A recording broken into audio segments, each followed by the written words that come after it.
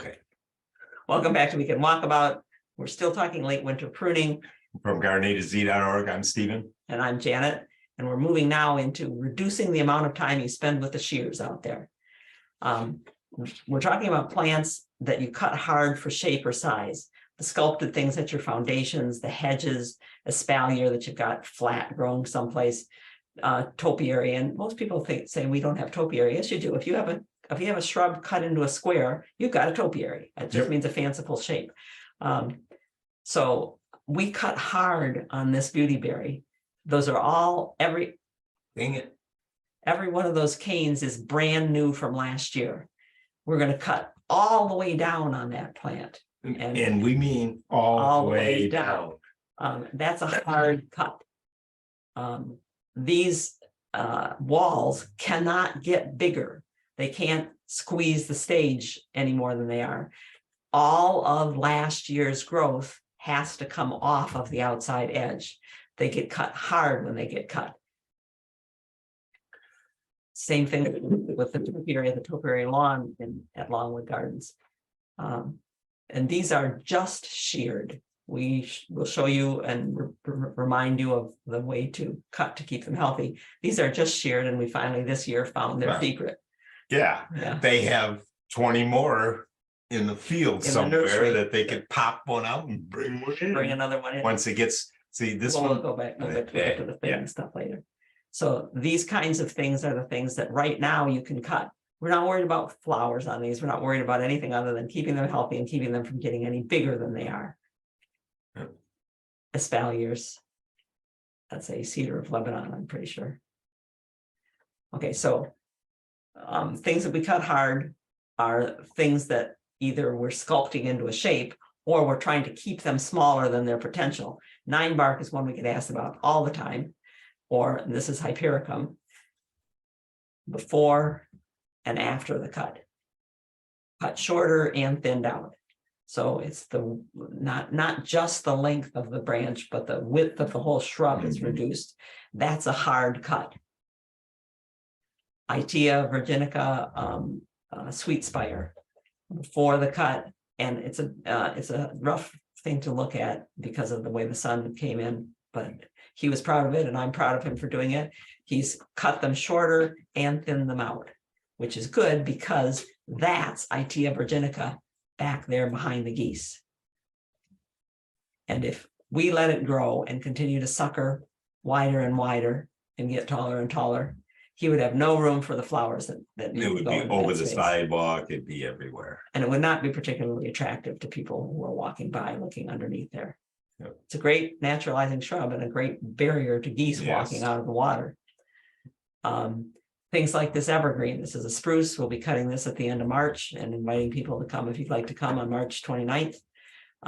We keep that small. You might have met it in the article on our website called Reduce a Spruce. Yeah. Likewise, the panicle hydrangea in front of it. Panicle hydrangea, just like this panicle hydrangea, don't need it to be 10 feet tall. No. Don't need it to be 10 feet wide. Not in that space. Need it to fit into the space that it's got and to still bloom. And they do bloom because they're summer blooming, new wood plants. Okay. We're also cutting shrubs and things that the reason we're cutting them is because we want them to grow very vigorously back after the cut. Red twig dogwood, spireas, butterfly bushes, pussy willows. The list kind of goes on. This is butterfly bush, and it is maybe a little easier to see when there's ice on it, that it is straight branches from the ground.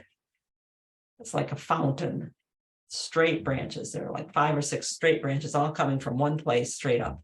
People ask me, why do you guys cut your butterfly bushes all the way down? Because we like them to come up straight and like a fountain like that.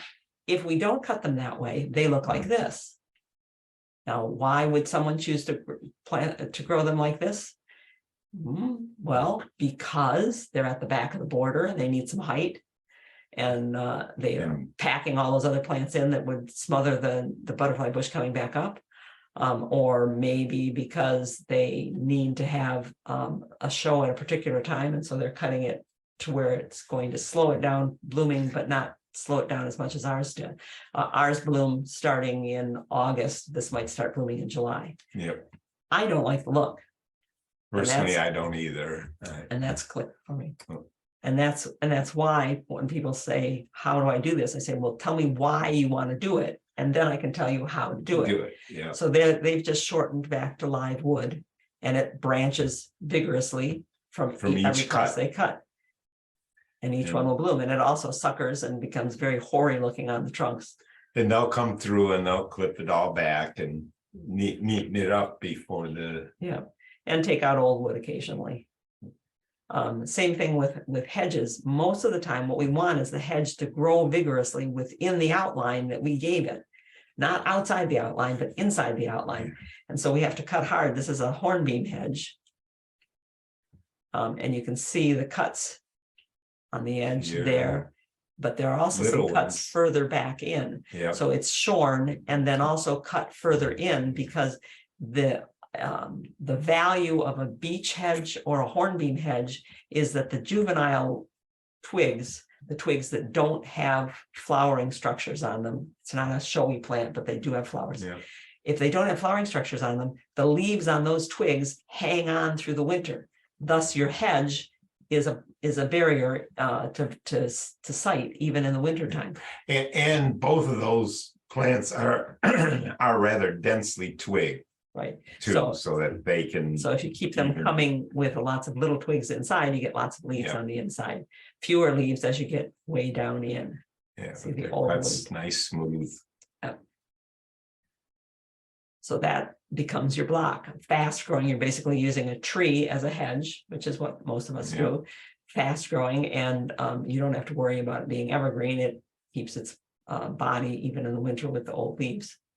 Another thing that is probably the poster child for we want vigorous growth are the dogwood. Colorful twigs of the dogwood. Yeah, yellow twig dogwood. Now that yellow twig, that stand of yellow twig dogwood, like this one, was all completely grown new this year. It was shorn right down to the ground, and everything that you see there is 1 year's growth, 5 feet straight up.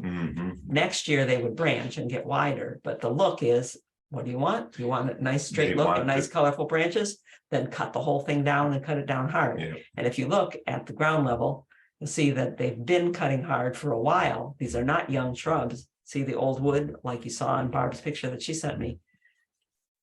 So they're cutting way low down. They're coming from there's a cut right here, and 2 branches came from below the cut, ground level. Red twig dogwood, same thing. You can tell that they're older if you look at the base. And willows. This is one of the coral willows, golden willows. You're thinking it's a dogwood. Yeah, I'm pretty sure it's a coral willow, but willows work the same way, golden willow. And this one they've cut like the butterfly bush, where they've gone for some immediate height. And the snowball hydrangea, you can cut it all the way down to the ground. It blooms on new wood, and it can grow very vigorously, or you can just chop back however much you want to chop. Yeah. And then this is a purple leaf smoke tree. Well, it might not be purple leaf. It's a smoke tree that's been cut back so that it will sprout out and grow bigger than normal leaves, because the leaves that don't bloom on a smoke tree are bigger than the blooming leaf ones, and sometimes hold their color better. And if you look at the background, see the purple spires standing up there? Those are purple smoke tree coming from a cut back smoke bush, just like you're seeing there. So you get lots of growth, vigorous growth this way. This is a panicle hydrangea, one of the ones with the pointed top in July and August. It blooms on new wood. So everything that's going to grow from these cuts is going to bloom. I personally would have cut this one back a little bit further too, and taken more of the old wood out, but I'm not in charge of that. Yes. This one is a panicle hydrangea too. It's grown on a standard, so it's got a little trunk, and it's all clipped back to the top of that trunk every year. And this is probably going on 20 years old, and the twigs are becoming very little, but it still blooms. See it in there? What you want is to keep healthy new wood coming, so you keep Go going back farther, maybe. further on the trunk. And even something as ragged looking as these potentillas, there's two of them, one on either side of the red bud. They can be pruned this time of year. Ground level, cut them down. They bloom on new wood, they'll still bloom, they'll stand up straight, they'll look nicer. So go for it. Questions so far? Yeah, sorry, just organizing my questions here. Clarification from Carol that I was not listening carefully enough to. You cut the Itea all the way down. Carol says she just thinned it. She didn't cut it all the way down. Is Itea like butterfly bush? Itea blooms better on 2-year-old wood. So we cut it all down shorter and then thin out to keep only the lively, like 1- and 2-year-old stems. We take out anything older and anything younger. I mean, we literally remake the plant every year.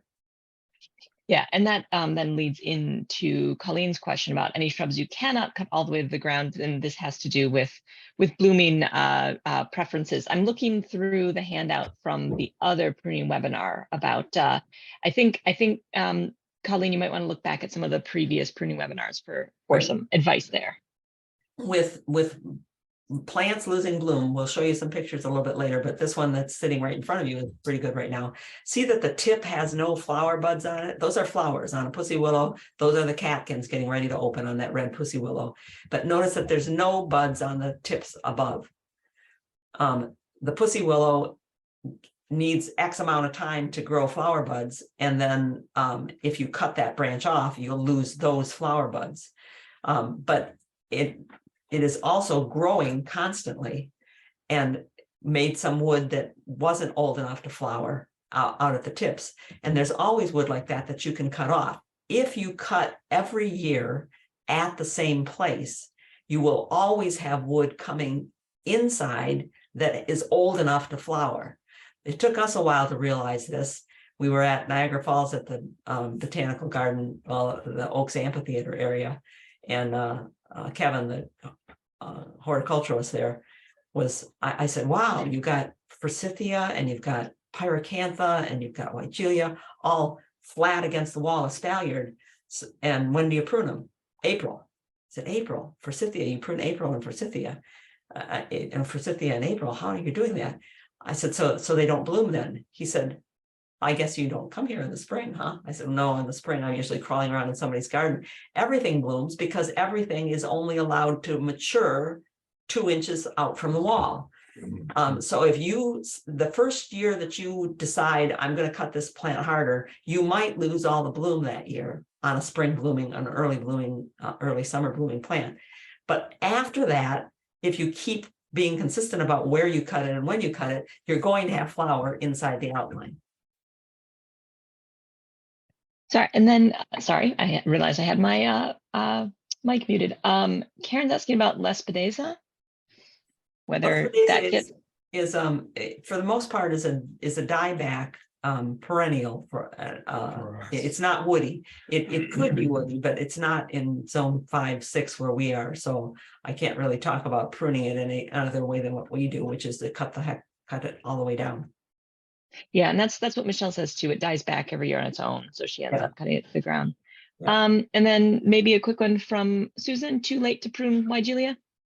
No, the buds haven't broken yet. Weigela is one of those plants that's willing to bloom twice in a year. So if you cut some of the older branches all the way back down to the ground so that new growth starts coming up, you have a better chance of a second bloom because those branches coming from the base will come up strong and have long enough to develop flower buds. I was hoping that would be the case because I have a weigela that I was planning on cutting quite a bit later. And Diane says, I have some old PJM rhodos. Can I do a hard prune to rejuvenate? You can. There is a borer that gets into rhododendrons and can accelerate their aging and decrepitude. So watch as you're cutting, not for holes inside the pith, but for wormwood. If you've seen furniture with wormwood underneath the bark when you're cutting up the rhododendron in the thicker parts of the plant. Okay, I think that's what we've got for this round. Yes, yeah, that'll do. Okay, so we're pruning for a bunch of different reasons, and we can also prune in late winter because we have a visible framework, and that's what we're going to move to next.